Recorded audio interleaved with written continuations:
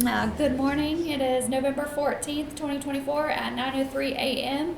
We are meeting with ECAT for the follow-up on the wage opener. My name is Nikki Powell. I'm the HR Director.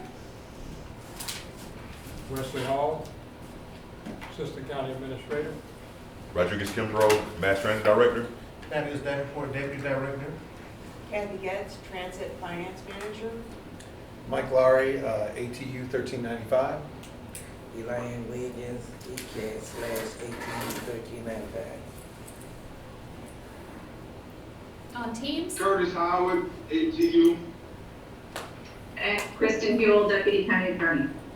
All right. Good morning, everybody. I'm going to turn the reins over to Mr. Kimbrough this morning. First, good morning, everybody. Miss Kristen, Curtis, everyone else inside of the room.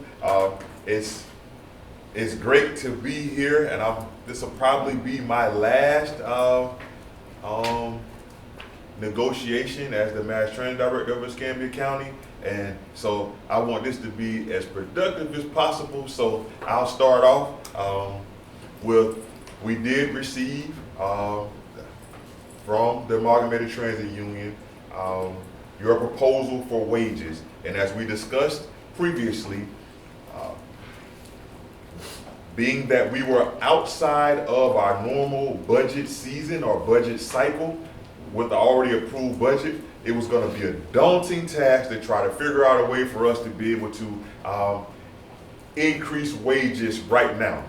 But what we would like to bring to the table, because we do want to care for our senior employees with 20 plus years or more, as we look forward to everyone being fully vested in the Florida retirement system in April of 2026, we would like to, at some point during budget season for fiscal year 2026, come back to the table with the actual proposal that'll actually increase with longevity for those employees. Again, those employees that are actually at 20 plus years or more, come back to the table in May and June for us to be able to give them their award for their service that they provided in Escambia County, even though outside of working for Escambia County Board of County Commissioners, but for the service that they provided Escambia County.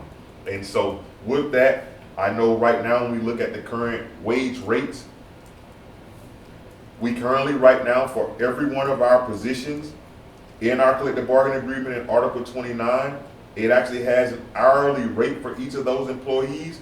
And what we've noticed on our side is what happens if we have someone who, let's just say their 25th month happens on October 12th. So currently right now what will happen is that if the Escambia County receive a 3% increase, those employees on October 1 will get that 3% increase, but what ends up happening on October 12th, they just end up going to the next rate of pay, which, and some individuals that we looked at ended up only being like 24 cents.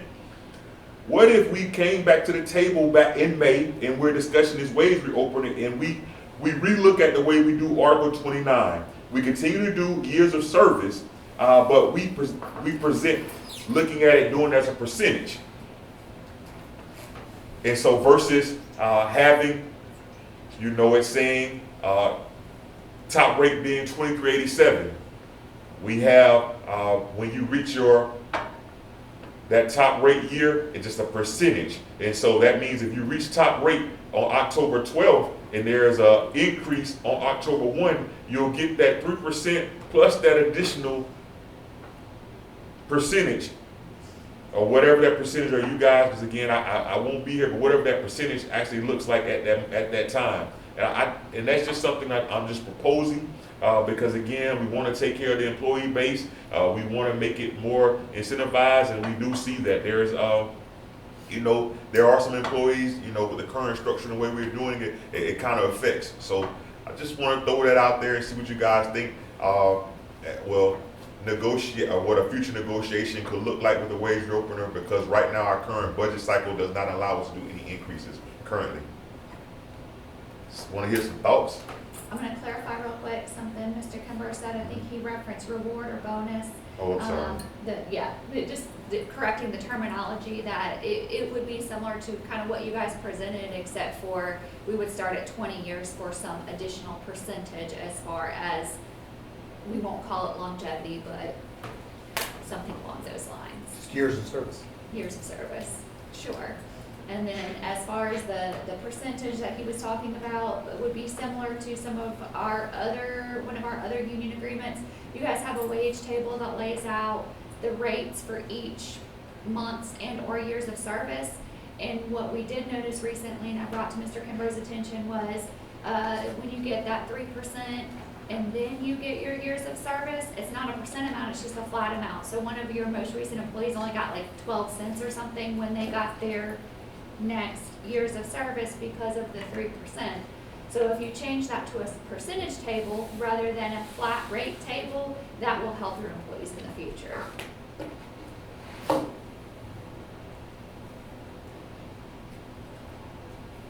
So let me ask a few questions so I get a good understanding. Sure. So when the 3% was given, which was to all county employees, and again, it wasn't negotiated, but it was just the county awarding 3% to all county employees, correct? Yes. That's why we're sitting here today, because we're in what's scheduled under the CBA, a wage reopener. Okay, just give me 1 second here, write this down.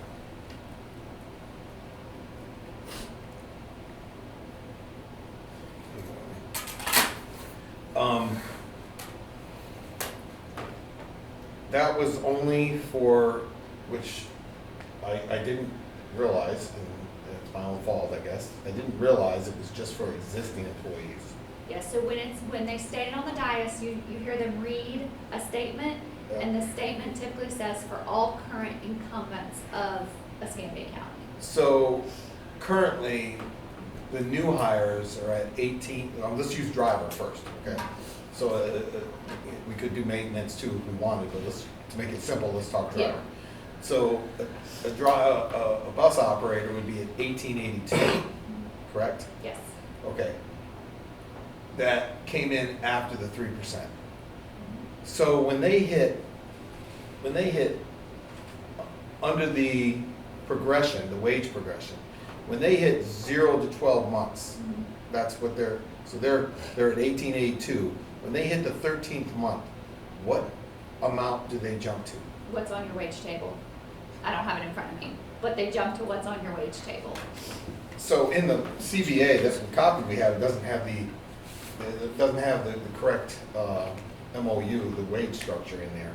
Yeah, but I want to just make sure we point that out. You're correct. The CPA So does not have. there's a MOU on it.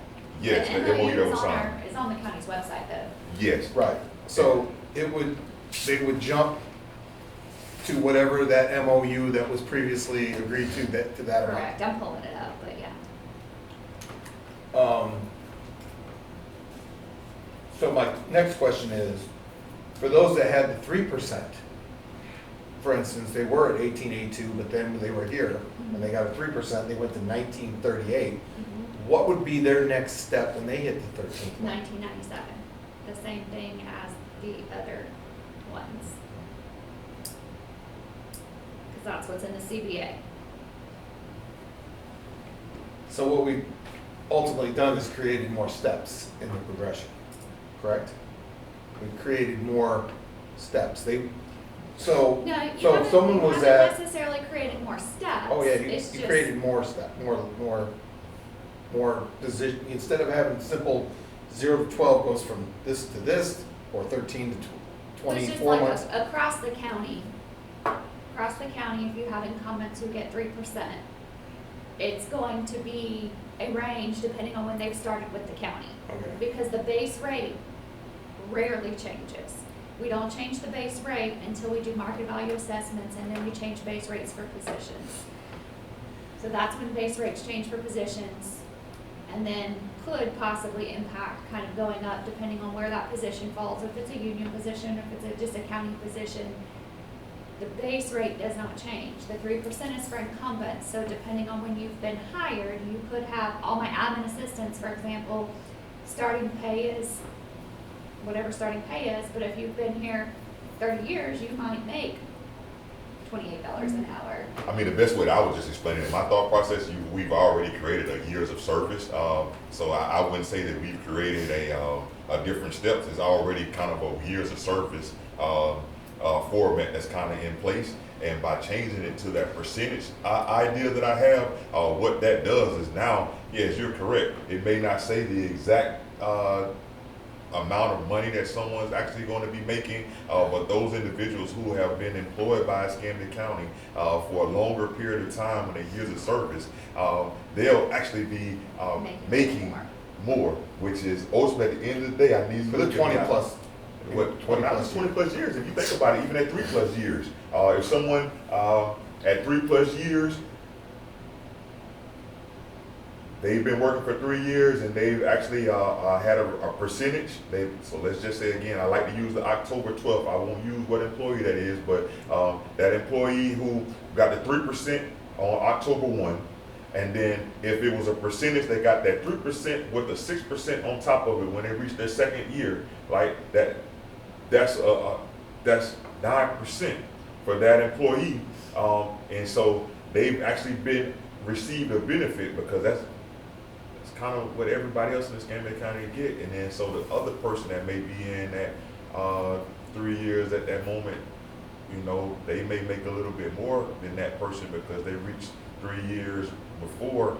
But so you already got the years of service kind of already built in as you continue to grow. And now that 20+ year individual, you know, of course, you know, with their years of service, their cap out or their top rate could get us to some of those numbers that we were actually looking for, you know, getting those, I don't know, 20, 25, 30, 40-year employees at a higher rate than those individuals that are at the 5, 6, 8-year mark. But again. So what using the example, wish we had known that this was the process that you were doing.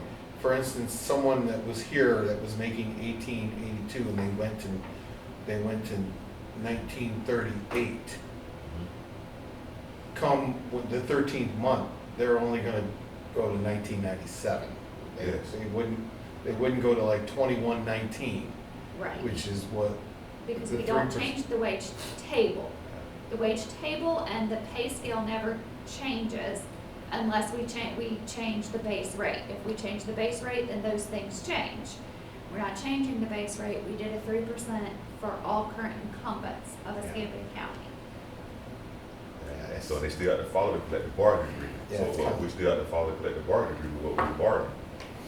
And so in one of our other agreements that has an automatic progression that's kind of similar to this, they do a 5%, and it's 5% between each stage, and then when they get 3%, then it's all just built in, and it's a cumulative rate rather than we gotta put you back at this wage table.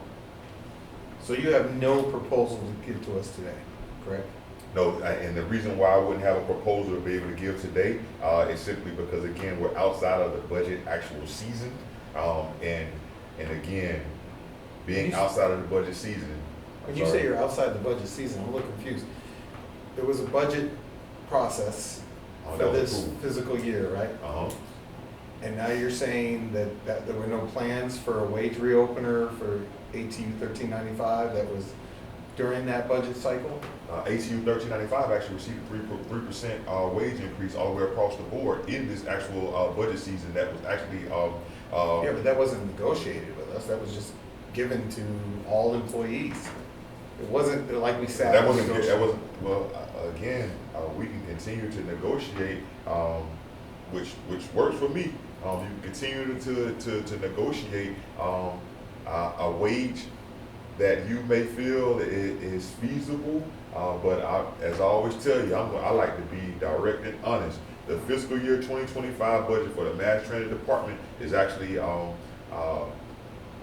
attempting to have a balanced budget was very difficult, but we reached that balanced budget, and now in fiscal year 2026, there is a lot of plans and hope that we can continue to provide the best service while also fiscally responsible and compensating employees for the job that they do. But the fiscal year 2025 budget, again, from getting that budget balanced from June until September was a tough thing. And I'm thankful that the board approved a 3% increase for all employees across Escambia County, because that actually took care of our employees. And understanding it was not negotiated, but our thought was just trying to get that money in the hands of the employees as quickly as possible. That was what we wanted to do and we didn't find out till very, very late in the game that there was 3% available. That was, very late in the game that, that we actually, were able, it became a reality that we would have 3% in the budget to be able to give to employees, because we were looking at nothing. And, the ad valorem kind of came up a little bit, and, then some of what you guys do with your tax base and everything. Stefan was able to accommodate that 3%, and from our standpoint, we just wanted to get it in the hands of the employees as quickly as possible. I do understand what you're saying about it not being negotiated, and you are correct, because we could have done something else with that 3% for the unit. Again, from our side, because it was so late in the game, our thought was just get the money in the hands of the employees, the people who need the money. Well, I like to be honest as well too, Mr. Lauder. Again, the previous year for our fiscal year 2024 budget, because we didn't have a contract, I'll be honest, when we signed our actual contract in hopes to get us to 1882 to that 2387, that was actually our budget at that point had already been worked out, and there wasn't a because we had a non-existent contract for such a lengthy period of time. When our budget was actually completed in fiscal year 2024 budget, there was not any hopes that we would have a contract, but we sat down and when we got everything ironed out, and in the midst of us getting everything ironed out, I'll admit, as mass training director, I wasn't fiscally responsible, because what ended up happening is we actually, I think it was about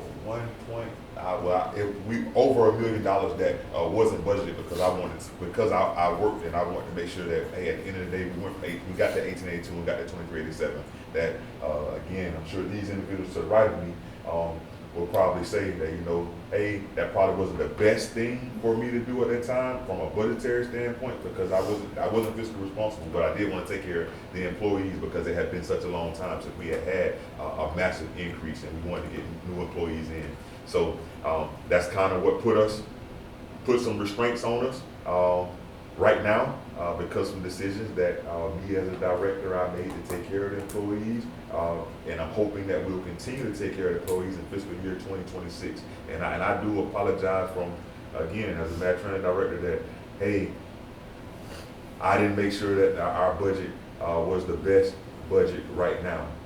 But there are a lot of capital projects that I'm hoping in the future that we can accomplish, and I'm hoping that we can pull some of those, increase some of our revenues, and also some of the contracted services that we actually provide, hoping that we can get some of that funding in-house, so that we can be doing a little bit better financially than we are right now.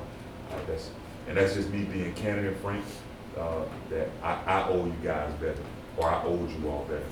So let me just give you some thoughts from my side, what I'm thinking, okay? Yes, sir. And then if Curtis or Elaine wanted to jump in, they could. So I'm kind of backing up to when we finally reached a contract, right?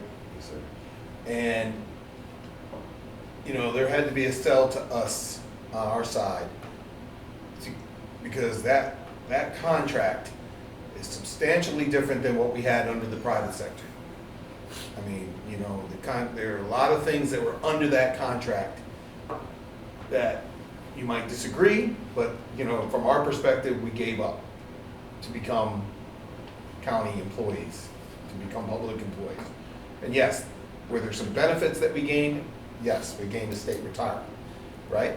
That was probably the biggest item that we gained, and most of us were very proud of it. Unfortunately, many of us are a little bit older and did not we're not rewarded for our years of service under state retirement. So obviously, using myself as an example, coming up on 30 years of service compared to a regular county employee, I will never get the benefit that that county employee will have in retirement, other than what I had in my 401k from the private sector company and what I get through the state retirement, working under the public sector, right? So I say this to you because one of the items is the wage. The wage issue is obviously big to us because what we agreed to at that time was a substantial wage increase, but you were right, it took like 5 years to get to that point, to get to where we reached a contract. And we agreed to wage reopeners, and going back, I looked up what was said, and what was said to us was, you know, we have to have wage reopeners because we never know what's gonna happen with the county budget each year, but our intention is to give you a wage increase every year. That was a difficult pill for us to swallow because what we're used to doing is getting a 3-year contract and having wages already set for the 3 years, which is known in the private sector to do that often. But it's hard to go back to our membership and to go back to the workforce and to tell them that the wage reopener, yes, they got the 3%, I'll address that 1 second.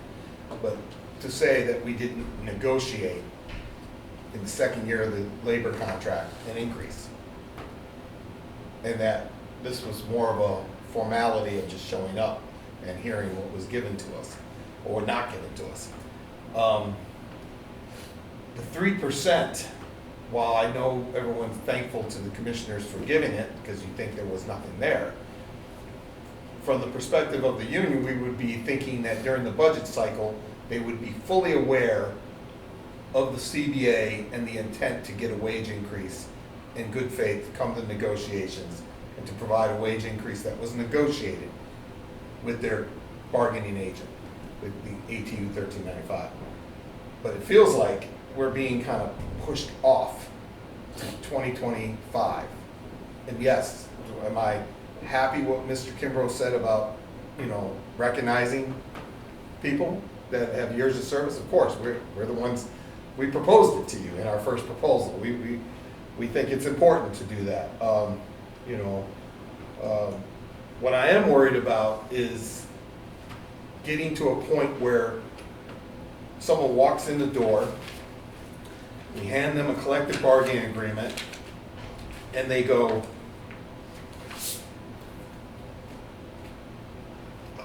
where am I at? And where do I go? Where's my next step? Where am I going? What am I going to make next? What am I going to make next? And that being a little bit confusing to new hires. I will say that I've talked to some new hires that came in recently, and it's, maybe they wouldn't say it to you because you're the employer, but I feel what they said to me, and I'll just say basically how they said it, they're not impressed with 1882 at all, okay? And I'm worried, they didn't say this, but I'm worried from some of their reactions that this isn't a permanent job for them. This is a job they took because they need work, and they have a CDL, and they're gonna go look, continuously looking. I think it creates an atmosphere where when you don't get a good wage progression, showing them where they're gonna be in year 2, 3, 4, 5, where they have a goal, they see where they can end up, it starts to make them think about not staying. And, you know, I talk to employees, Mr. Kimbrough, Mr. Davenport, that are relatively new. I don't get that sense that they're thinking long-term at the county. And a lot of it is due to wages. They're a little frustrated about where their wages are at. Have they made that statement? Oh yeah, to me directly, yes. They talk about, you know, that they could go work for the school board, or they could go to, you know, and we have more time off and and they talk about going other CDL type jobs.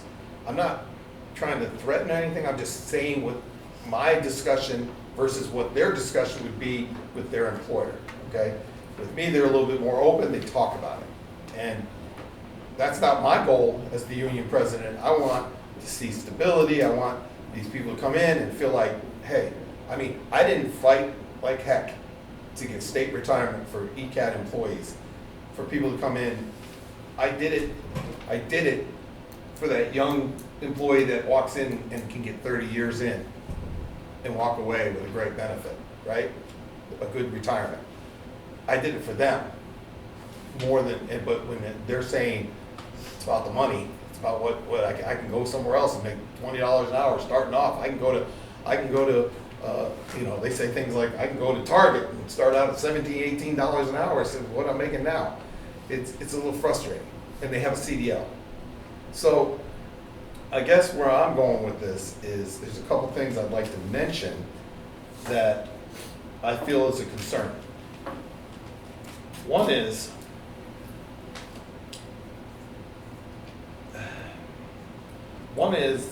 your rehire policy, where you bring someone back within that 1 year, right?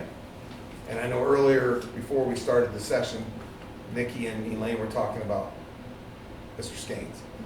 Mr. Skanes notified me he's making $18.82, right? That can be addressed in your seniority article, but we're here to talk about wages today, not, Well, I'm talking about his wages. yeah, but we're here to talk about a wage opener for all your employees, not for an individual employee, so we can Well, have that I'm using him as the conversation example offline, because, But that's, Nikki, I'm just trying to tell you.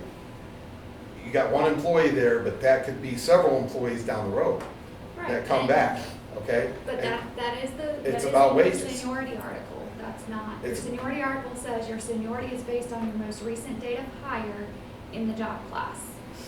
Well, I just think it's not a good policy, it's not a good idea, it doesn't, matter of fact, I'm not sure you did that for one other employee that came back like that before. That employee is now in management, but I don't think that happened to That them. was before, I just wanna make sure I Right. address that, that was before, a signed collective bargaining agreement. So I know the employee discussing is actually in the management role, it was done with the previous collective bargaining agreement where that was outlined that they had up to a year. They can come back with everything, the same pay, the same, and I, again, so I know the employee you're talking about, but that was before we had a collective bargaining agreement that was signed with the article, new articles. Well, I guess what I'm trying to say to you is, that's Yeah, part of you don't that, like it. it's part of that progression. That employee should just be able to come back, or any employee that comes back within that year, should be able to go right into their spot and make the wage rate that's under the progression. That's what I'm trying to say. And that would need to be addressed in the seniority article. Right. So, And I wanna point out, I agree with that. well, I might disagree because I think it's wages, so it's wages. No, I'm saying, Yeah. I'm saying I agree with the fact what you're Oh, saying. you agree with that, what I said? Yes, Yeah, okay. that, I wish Yeah. that, so when Yeah. the next opportunity you have to address the seniority article, I think that we should address that. Yeah, it's, We're not saying we don't Yeah. agree, we're saying it's part of your collective bargaining agreement, it's what was signed off on, and that is what your seniority article says. And that is in line, it is in line with our IAAP, and our PBA contracts as well. If they come back if they leave and come back, their seniority article in all three agreements puts them back at a base rate of whatever job class they come back to. so, But you're welcome when it's time to address that article, absolutely. well, I think it can be addressed even during wages, that's just me, okay? Maybe I'll talk to Curtis and see if he disagrees, but I think it's wages. It's wages, it's how people's wage structures are made and designed, and that's affecting someone's wage structure, okay? So, but anyways, with that, so you're proposing May of 2026, is that correct, coming back? No, May of 2025. I meant 2025, sorry. Yes, as we begin to work the fiscal year, and also, I just wanted to state again, the current way that we do it right now, with what's actually documented in our collective bargaining agreement, it actually gives our employees less. So if you had it just written down that on your second year, your third year, your fourth year, your fifth year, you're making this amount of money, versus doing it in a percent fashion, it actually takes away from the employee. I just want to point that out again for the future negotiations. And yes, it may be a little bit more math for an employee to say, what I'm making right now, multiply that by 0.03 or 0.02 or whatever. It may be a little bit more difficult, but they'll get more money in the end. So when we're saying that, hey, we want the employee to be paid more, what I'm stating, it'll be more effective and efficient to get the employees more by doing it in that percent cycle like that, because it's almost like they will be possibly getting 2 raises every So, year. Mr. Kimbrell, let me ask this. I hear your percentage, and I understand what you're saying. I'm just asking you, if that 3% that was approved by the Board of County Commissioners was applied to our wage progression, to all wages in that progression, it wouldn't have been an issue, because now you would be able to see when I hit year 2 or year 3 or year 4, I'm getting a substantial increase percentage. You're correct, but now But when you take it and you don't apply it to that wage progression, now you're basically collapsing the wage progression, and you're making everyone, what's the word I'm looking for? I have to think about it, but there's a word for it, that is causing everyone to come on top of each other, or you're gonna get a smaller amount. And so that's why, Now listen to this, Larry, again. Even and I hate it. It's almost like I'm on your side and you don't see it right now. So even if you put it on the wage progression, right? It's on the wage progression. Every time there's an increase on the wage progression. That still means that individual that made it on October 12th, that means that the only thing they'll get is just 3%, versus where they would have received what was on the initial wage progression, which was 6% plus the 3%, which would have totaled 9%. If by putting what you're saying on the wage scale, they still only receive whatever that percentage. That just means on your thing right here, 0 to 12 months, 1938, 13 to 24 months, 2057. So someone was at 1938, and then they got a 3% on October 1. Guess what? They only get 2057 still. But if they would have got the 3% plus the 6% is still 9%. It's still going to be more. They're going to make more. It's just like this. It's more money for the employee.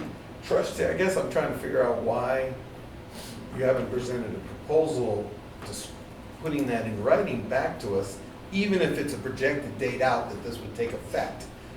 Why wouldn't the county come at us and provide us something to that, so that we can do our own math and figure it out and see what you're trying to We can write something up that would show what we're trying to say. Mhm. It's just, it would not be an article that we're passing across the table, because there's no funds in this year. But if you want me to put Well, what I- something you know, I together that kind of is maybe a draft, Well, I'm trying to say you would have a projected date of when you would implement this. we don't have a projected date because we have to wait and see what next year's budget looks like. See, that's where the problem comes for us, because there's nothing.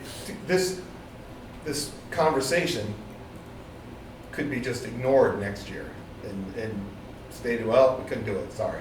And Mr. Kimbrell's not sitting here anymore, and then we're so Curtis, are you on there, Curtis? I don't know if you, Curtis, are you there? Hopefully he can. I wanted to see his thoughts. I'm here. Should we take a caucus, or do you want to say something, Curtis? Yeah, I think we should probably take a caucus. I have something to say, but I'd rather say it to the local, not to the company. Okay. What I'll do though, I'm gonna pause this and you'll need to call Curtis so that I can leave this up. 'Cause But they won't the hear? tech- No, they won't hear. Okay. The tech in here is Okay. not good, so I'd rather just pause this. Kristen won't be able to hear anything. Y'all can call Curtis. I'll stop the recorder. Okay, all let's do that. Let's take a Okay. little break here.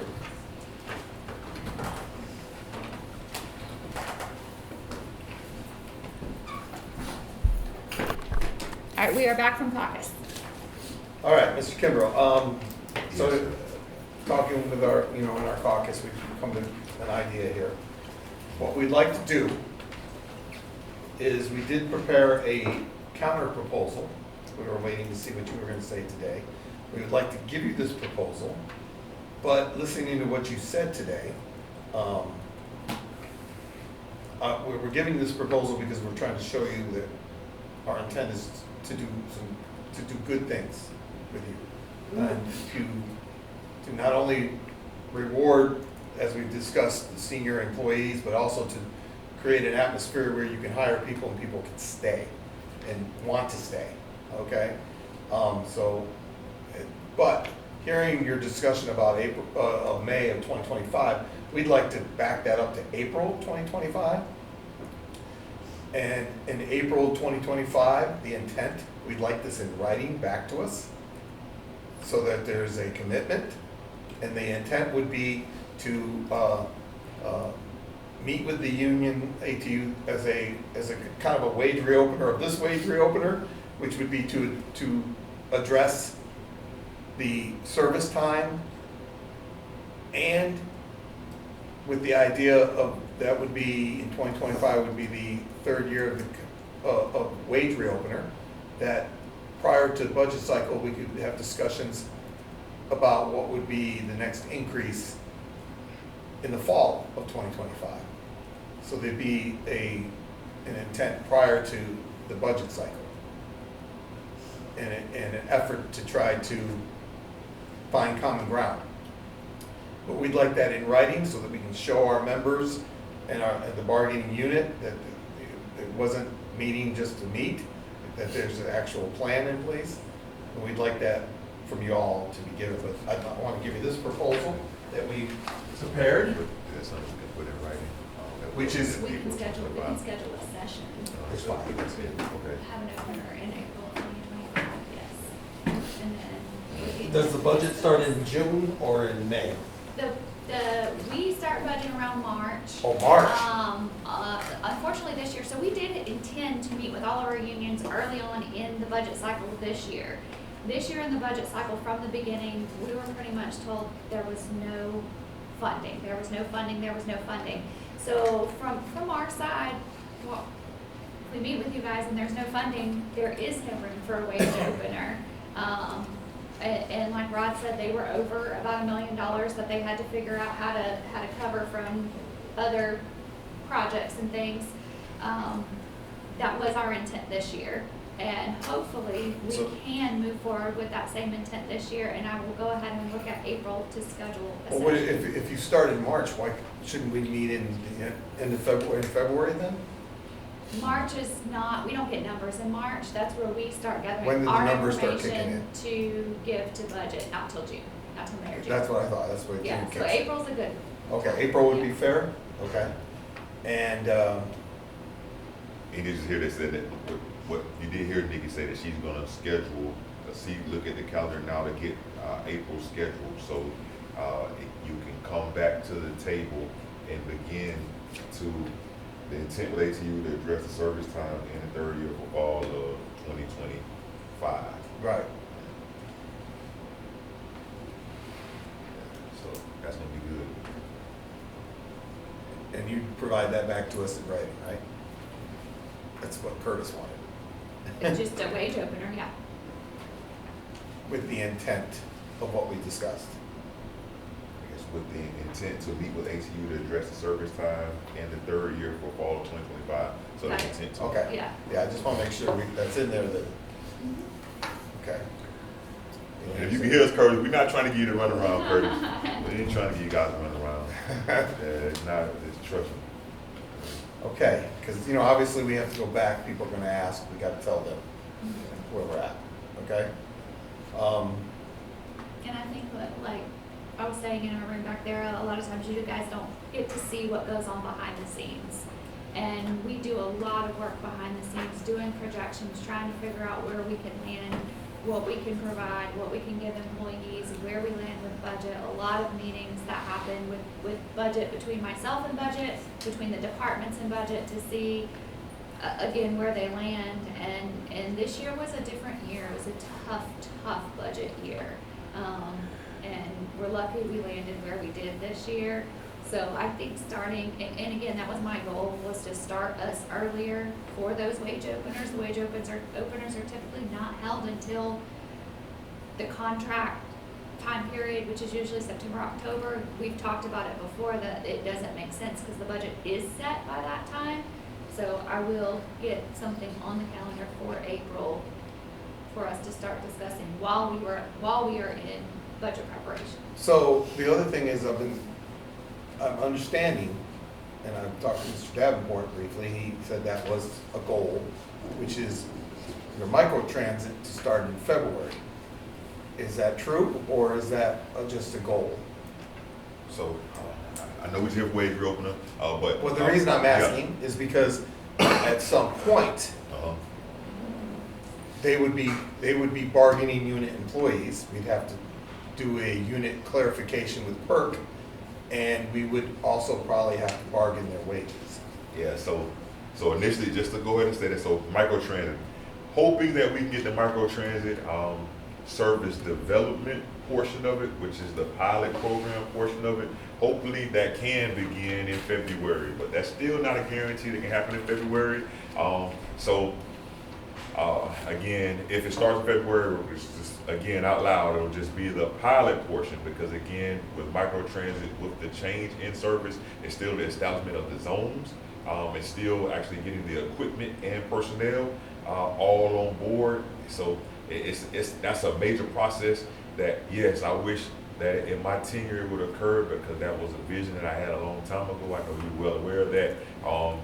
To get those bigger vehicles out of the neighborhoods and begin more of a microtransit process, but it's a process that's gonna have to happen. It won't, and while going through that process, it's going to have some hiccups, I'm sure, like everything that's starting up new, but that's the whole point of doing it as a pilot initially, and then watching it advance and grow. And I want to say out loud, just in case you can hear me, Curtis, the whole point of microtransit is to not get rid of our big bus system or our fixed route system. It's to enhance the ridership on our fixed route system.